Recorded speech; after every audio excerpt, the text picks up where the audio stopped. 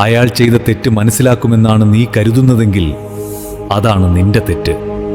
നിന്നെ ചതിച്ചതിലോ വേദനിപ്പിച്ചതിലോ നഷ്ടങ്ങളും ബാധ്യതകളും വരുത്തിയതിലോ യാതൊരു പശ്ചാത്താപവും അയാൾക്കില്ല. അയാൾ പറഞ്ഞു വിശ്വസിപ്പിച്ച നുണകൾ നീ തിരിച്ചറിയുകയും പുറം ലോകമറിയാത്ത അയാളുടെ ചില രഹസ്യങ്ങളും നീ മനസ്സിലാക്കിയതാണ് അയാളെ അസ്വസ്ഥപ്പെടുത്തുന്നത്. നിന്റെ ആ തിരിച്ചറിവുകളാണ് അയാളെ ഏറ്റവും കൂടുതൽ ഭയപ്പെടുത്തുന്നത്. ആ ഭയം കാരണം ചോദ്യങ്ങളിൽ നിന്ന് നിന്നെ വ്യതിചലിപ്പിക്കാനായി ഒരേ കുറ്റം പല രീതിയിൽ ആരോപിച്ചുകൊണ്ട് നിന്റെ ചോദ്യങ്ങളെ തടസ്സപ്പെടുത്തിക്കൊണ്ട് നിൽക്കുന്ന പ്രവണതയും അയാൾക്കുണ്ടാകും. നിന്നെയും നിന്റെ ചോദ്യങ്ങളെയും അയാൾ കൂടുതലായി ഭയപ്പെടുന്നതിന്റെ ലക്ഷണങ്ങളാണതൊക്കെ. വഞ്ചിച്ചവർ ഏറ്റവും കൂടുതൽ ഭയപ്പെടുന്നത് അവരുടെ വഞ്ചന തിരിച്ചറിഞ്ഞ് വഞ്ചിക്കപ്പെട്ടവരെയാണ്. ആ ഭയം ജീവിതാവസാനം വരെയും അവരുടെ മനസ്സിനെ അലട്ടിക്കൊണ്ടിരിക്കുകയും ചെയ്യും.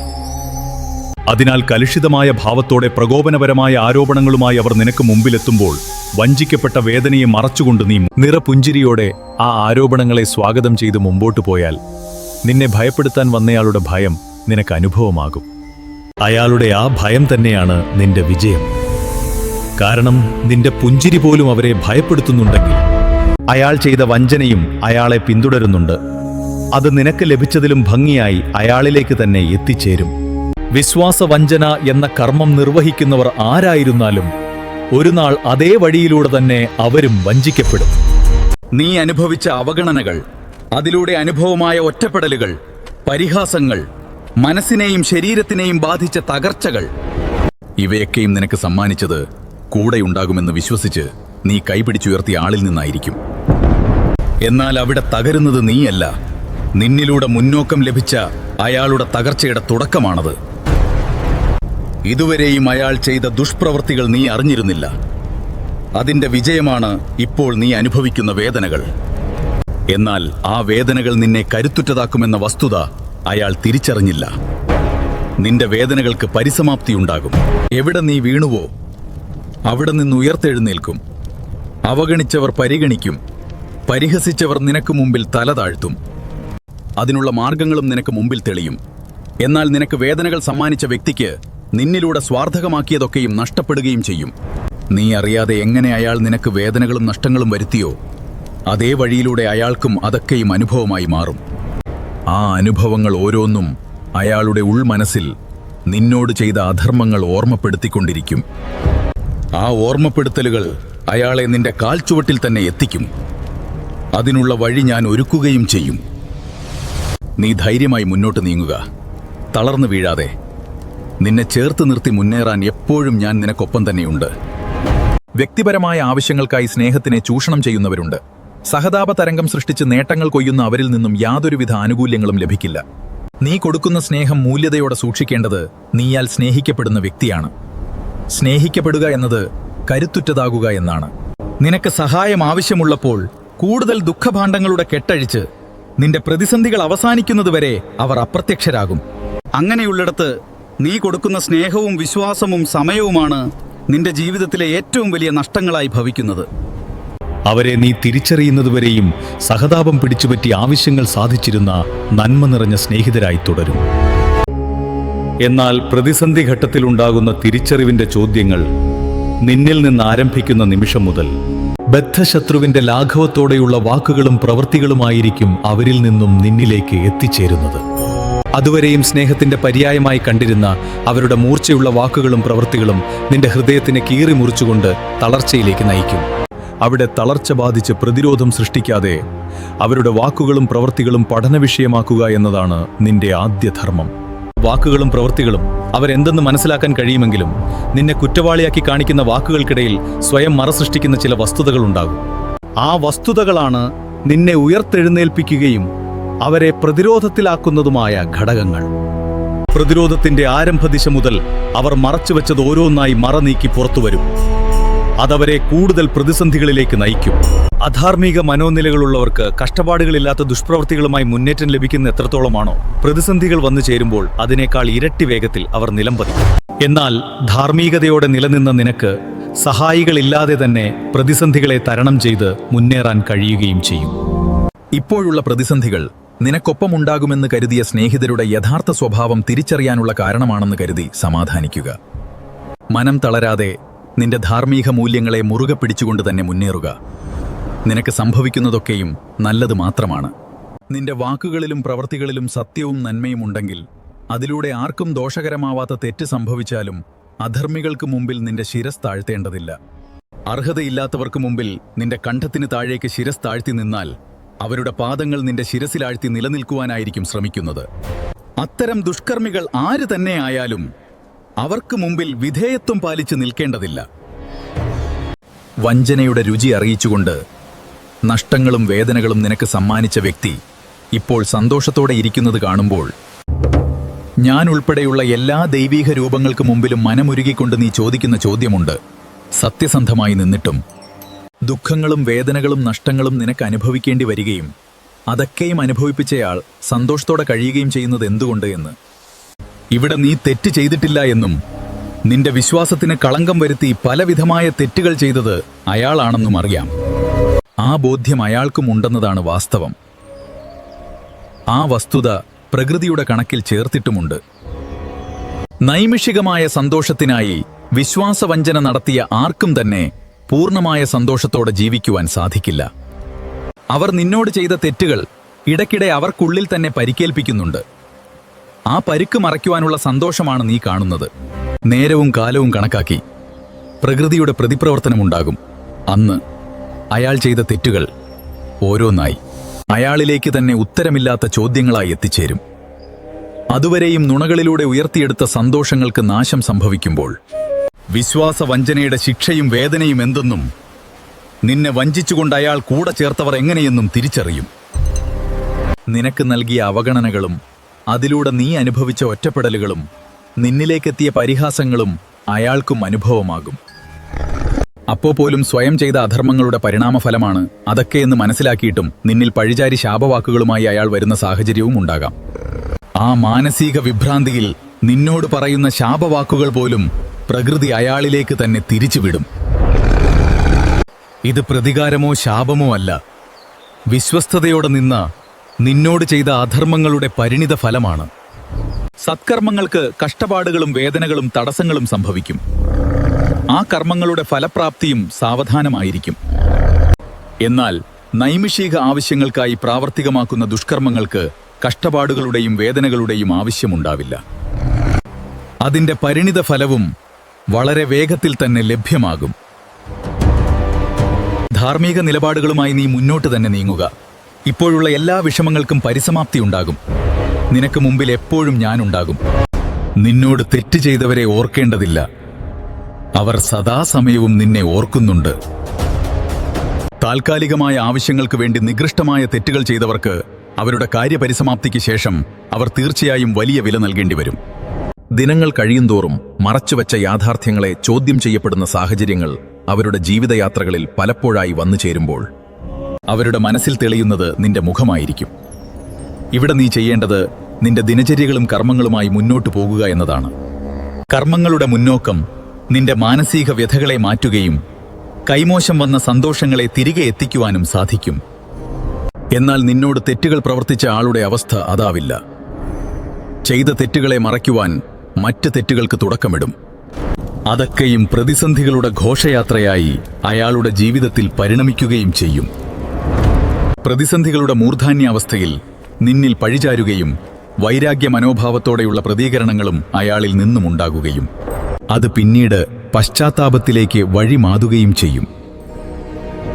പശ്ചാത്താപം ഉടലെടുക്കുന്ന നിമിഷം മുതൽ നിന്നോട് ചെയ്ത തെറ്റുകളുടെ കുറ്റബോധവും നിനക്ക് പകരമായി മറ്റാരുമില്ല എന്ന യാഥാർത്ഥ്യവും അയാൾ തിരിച്ചറിയും.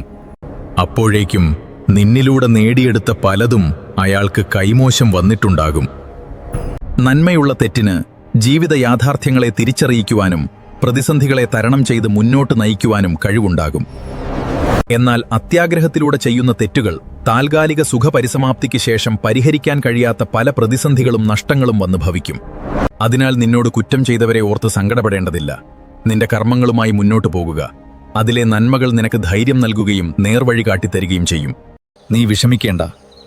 നിന്നെ നഷ്ടപ്പെടുത്തിയതിന്റെ വേദനയും നിന്റെ മൂല്യവും അയാൾ തിരിച്ചറിയും. നിന്നെ നഷ്ടപ്പെടുത്തിക്കൊണ്ട് അയാൾ എന്ത് നേട്ടമുണ്ടാക്കിയാലും അതൊക്കെയും നീ എന്ന വലിയ നഷ്ടത്തിനുള്ള കാരണം മാത്രമായിരുന്നു. നിന്നോട് കാണിച്ച അധർമ്മങ്ങളുടെ തുടക്കം മുതൽ അതിന്റെ പ്രത്യാഘാതം എത്രത്തോളമെന്ന സൂചനകൾ പലതും അനുഭവങ്ങളിലൂടെ ഞാൻ കാണിച്ചു കൊടുത്തതാണ് എന്ന സത്യം അയാൾ തിരിച്ചറിയും. നീ സമാധാനമായിരിക്കുക. ആരുമില്ലാത്ത നിനക്കൊപ്പം ഞാനുണ്ടെന്ന് വിശ്വസിക്കുക. സ്വന്തം നിലനിൽപ്പിനും മറ്റൊന്നിനെ നിലനിർത്താനുമാണ് മുഖമൂടി ധരിച്ച സ്നേഹഭാവങ്ങളുമായി അയാൾ നിനക്കൊപ്പം കൂടിയത്. സ്നേഹത്തിന്റെ അന്ധതയിൽ കഠിനമായ അധ്വാനത്തിലൂടെ അവരുടെ ആവശ്യങ്ങൾ ഓരോന്നായി നീ സാധിച്ചു കൊടുത്ത് നില മെച്ചപ്പെടുത്തി കൊടുത്തെങ്കിലും നിനക്ക് മുമ്പിൽ നുണകളുടെ മായിക വലയം തീർത്തുകൊണ്ട് അവരുടെ അധാർമിക പ്രവൃത്തികളുടെ വ്യാപ്തിയും വർദ്ധിപ്പിച്ചു. ഞാൻ ശിവൻ ഇത് അനുവദിക്കില്ല. അപ്പോഴൊക്കെയും അവരുടെ അധർമ്മങ്ങളെ ചോദ്യം ചെയ്യപ്പെടുന്ന സാഹചര്യങ്ങൾ ദുസ്സൂചനകളായി ഞാൻ നൽകിയതുമാണ്. എന്നാൽ അമിത മോഹങ്ങളും അത്യാഗ്രഹവും അവരുടെ കണ്ണിനെയും മനസ്സിനെയും മറച്ചു കഴിഞ്ഞിരുന്നു. അതിലൂടെ അതുവരെയും അവരുടെ ഉന്നതിക്കായി കൂടെ നിന്ന് പ്രവർത്തിച്ച നിന്നെ അവഗണിച്ചുകൊണ്ട് കൂടുതൽ ഗുണകരമെന്ന് കരുതിയ ചില വിപത്തുകളെ ചേർത്തതു മുതൽ അവരുടെ നാശനഷ്ടങ്ങൾക്കും വേഗതയേറി തുടങ്ങി. അമിതമായി അവരെ വിശ്വസിക്കുകയും സ്നേഹിക്കുകയും ചെയ്തതിന്റെ പേരിൽ നിന്നെ മാത്രമല്ല, നിന്റെ ധാർമ്മിക നിലപാടുകൾക്കും സ്നേഹത്തിനും ഒപ്പം നിന്ന് എന്നെയും ചേർത്താണ് അവർ വഞ്ചിച്ചത്. അങ്ങനെയാണ് നിനക്കും അവർക്കുമിടയിൽ അകൽച്ചയുണ്ടാക്കുവാനുള്ള സാഹചര്യം ഞാൻ രൂപപ്പെടുത്തിയത്.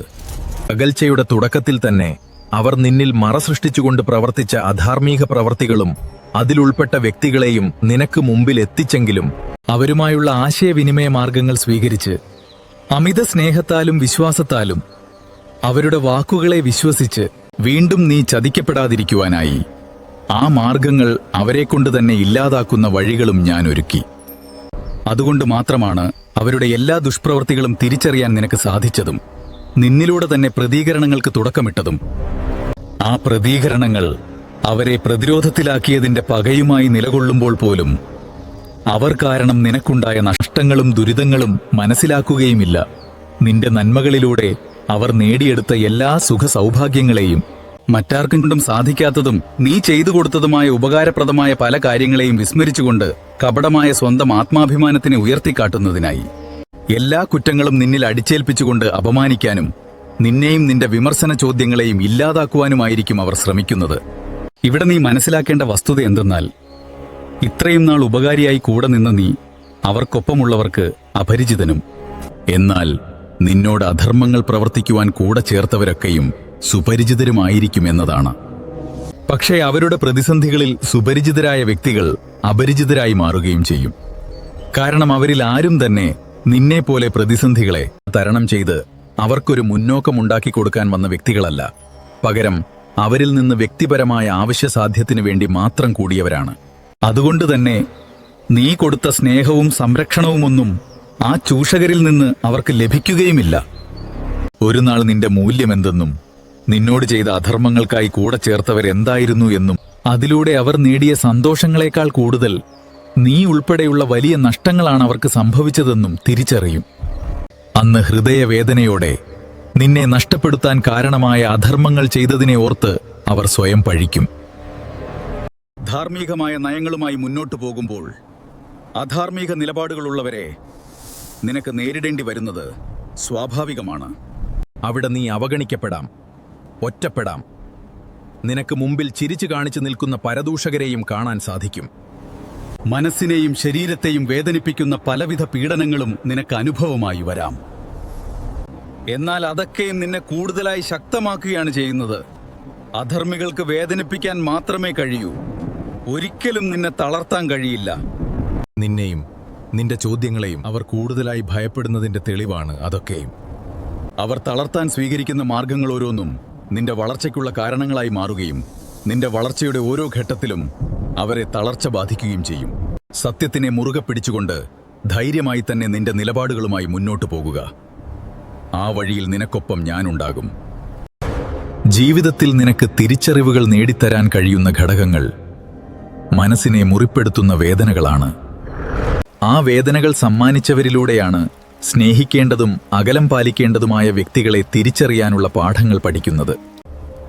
അറിവുകൾ പകർന്നു നൽകുന്ന ഗുരുക്കന്മാർക്ക് നൽകുന്ന അതേ സ്ഥാനം അവർക്കും നൽകി ആദരിക്കുക. എന്നാൽ അറിവുകൾ പകർന്നു നൽകിയ ഗുരുക്കന്മാരെയും അവരുടെ ശിക്ഷണത്തിലൂടെ നീ അനുഭവിച്ച വേദനകളെയും കണ്ണീരിനെയും മറന്നതുപോലെ ജീവിത പാഠങ്ങൾ പകർന്നു നൽകിയ വ്യക്തികളെയും അവർ കാരണം നീ അനുഭവിച്ച വേദനകളെയും ഒഴുക്കിയ കണ്ണീരിനെയും മറക്കാതിരിക്കുക. സത്യസന്ധതയോടെ നിന്നിട്ടും നീ അനുഭവിച്ച ആ വേദനകളും അതിലൂടെ പൊഴിച്ച കണ്ണുനീരുമാണ് നിനക്ക് മുന്നേറുവാനുള്ള ഊർജമായി മാറുന്നത്.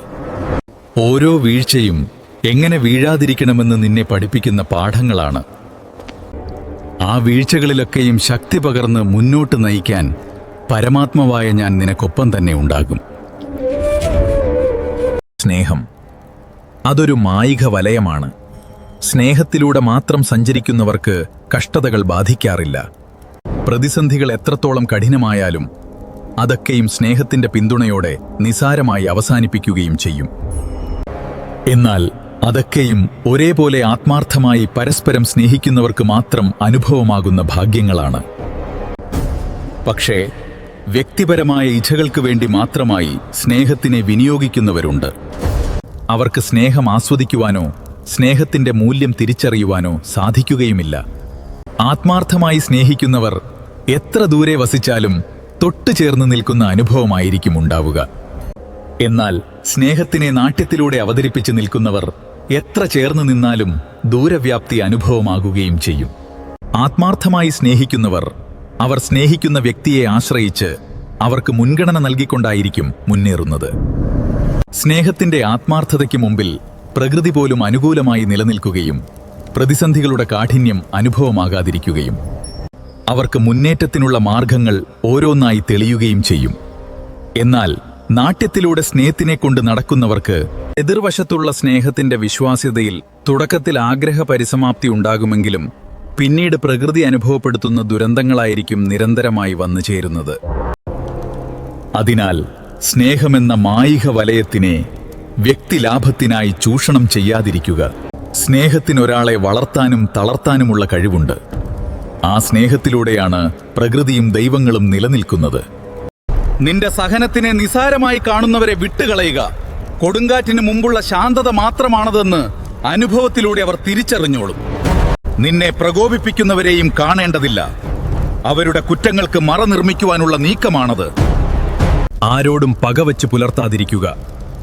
അത് നിന്റെ സമാധാനത്തിനെ നശിപ്പിക്കും. കാലത്തിനനുസരിച്ച് നിനക്കെന്താണോ വേണ്ടത് അത് നിന്നിലേക്ക് തന്നെ എത്തിച്ചേരും. അതിൽ നിനക്ക് പഠിക്കാനും പഠിപ്പിക്കാനുമുള്ള പാഠങ്ങളുണ്ടാകും. നിനക്ക് മുന്നോക്കമുണ്ടാക്കുന്ന കർമ്മങ്ങളും ദിനചര്യകളുമായി മുന്നോട്ടു പോകുക. നിനക്ക് മുമ്പിൽ വഴികാട്ടിയായി രുദ്രനായും കാലഭൈരവനായും മഹാദേവനായും ഞാനുണ്ടാകും. സൃഷ്ടിക്കാനും പരിപാലിക്കാനും നശിപ്പിക്കാനും ശക്തിയുള്ള നീ എന്തിനാണ് പ്രതിസന്ധികളെ നേരിടാൻ ഭയക്കുന്നത്? നിന്റെ ഉള്ളിലെ ദൈവീകതയെ തിരിച്ചറിയുമ്പോൾ അവസാനിക്കുന്ന ഭയത്തിനെ ആശ്ലേഷിച്ച് നിൽക്കുന്നതാണ് നിന്റെ ദൗർബല്യം. ആ ദൗർബല്യത്തിനെ നശിപ്പിച്ചാൽ മാത്രമേ വേദനയിൽ നിന്ന് ഉയരുവാൻ നിനക്ക് കഴിയുകയുള്ളൂ. നാശത്തിലൂടെ പുതിയ സൃഷ്ടി ഉദിക്കുന്നു. നിന്റെ ഉന്നതിക്കുതകാത്തത് നഷ്ടപ്പെടുത്താൻ ഭയപ്പെടരുത്. ഭയം അവസാനിക്കുന്നിടത്താണ് വിശ്വാസം ആരംഭിക്കുന്നത്. ആ വിശ്വാസം നിനക്കുള്ളിലെ ശക്തിയെ ഉണർത്തുകയും നന്മയോടെ നിന്ന് നിനക്ക് മുമ്പിൽ തിന്മകൾ പ്രവർത്തിച്ചവർ പരാജയപ്പെടുകയും ചെയ്യും. സ്വയം ശക്തി തിരിച്ചറിയുന്നതാണ് ശിവോഹം.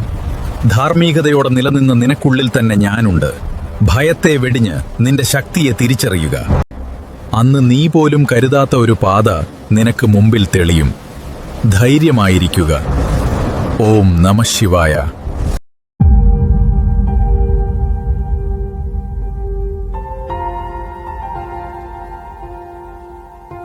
പ്രാർത്ഥന കൊണ്ട് എന്താണ് നീ ഉദ്ദേശിക്കുന്നത്? സ്വന്തം ആഗ്രഹ പരിസമാപ്തിക്ക് വേണ്ടി, അല്ലെങ്കിൽ മറ്റൊരാളിൽ വിജയം പ്രാപ്തമാക്കുന്നതിനു വേണ്ടി? ആഗ്രഹ പൂർത്തീകരണത്തിലെല്ലാം ഉൾപ്പെടും. നിന്റെ വിഷമങ്ങൾ, നിന്റെ സന്തോഷങ്ങൾ, നിന്റെ വിരോധികളായവരുടെ പരാജയം, അവരുടെ നാശം, അങ്ങനെ നീയുമായി ബന്ധിക്കുന്ന എല്ലാ വിഷയങ്ങളും ഉൾമനസ്സിൽ നിറച്ചു വച്ചുകൊണ്ടാണ് വിഗ്രഹാരാധനയും വഴിപാടുകളും നടത്തുന്നത്. എന്നാൽ പ്രാർത്ഥന എന്നത് നിന്റെ ആഗ്രഹ പരിസമാപ്തിക്ക് വേണ്ടിയുള്ള ചാലകമല്ല. നിന്റെ മനസ്സിനെ ത്വരിതപ്പെടുത്തി കർമ്മനിരതമാക്കുന്നതിനു വേണ്ടിയുള്ളതാണ്. ആ പരിചരണങ്ങളൊക്കെയും നീ കൊടുത്തതിലും ഇരട്ടിയായി നിന്നിലേക്ക് തന്നെ വന്നു ചേരും. അത് നന്മയായാലും തിന്മയായാലും. നന്മകൾ ചെയ്യാൻ ധാർമ്മികതയുടെ കഷ്ടപ്പാടുകൾ സഹിക്കേണ്ടതുണ്ട്. അതിന്റെ ഫലവും വളരെ സാവധാനത്തിലായിരിക്കും. അതൊക്കെയും എക്കാലവും നിലനിൽക്കുകയും ചെയ്യും. എന്നാൽ തിന്മകൾ മാത്രമുള്ള അധാർമിക പ്രവൃത്തികൾക്ക് കഷ്ടപ്പാടുകൾ ഒന്നും തന്നെയില്ല. അതിന്റെ ഫലവും വേഗത്തിലായിരിക്കും. ആ ഫലങ്ങളൊന്നും തന്നെ എക്കാലവും ഒരേപോലെ നിലനിൽക്കുകയുമില്ല. നന്മയോടെ നിൽക്കുന്ന നിനക്കുണ്ടാകുന്ന തിരിച്ചടികളെ തടയാൻ ധർമ്മം കാവലായി നിൽക്കും. തിന്മകൾ പ്രവർത്തിച്ചവർക്ക് തിരിച്ചടികളുടെ ആരംഭദിശയിൽ തന്നെ കാവലായി നിൽക്കേണ്ട അധർമ്മങ്ങൾ പാലായനം ചെയ്തു മറയും. അതിനാൽ നിന്റെ പ്രാർത്ഥനകളിൽ വ്യക്തിയുക്ത ആവശ്യങ്ങൾ ചേർക്കേണ്ടതില്ല. ലോകത്തിൻ്റെതായിരിക്കുക. ഈ ലോകം നിനക്ക് വേണ്ടത് എത്തിച്ചു തരിക തന്നെ ചെയ്യും.